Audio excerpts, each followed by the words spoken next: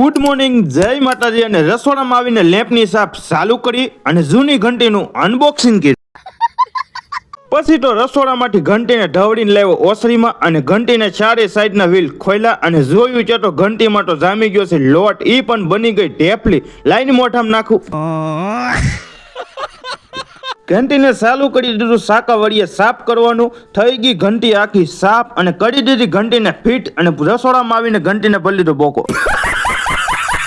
લઈ લીધો બાજરો અને નાખી દીધો ઘંટીમાં એક પાલી અને લોટ આવવાનો થઈ ગયો ચાલુ અને આવી ગયો ડાયરેક્ટ ધાબા ઉપર ને જોયું છે તો થઈ ગયા છે વાદળા.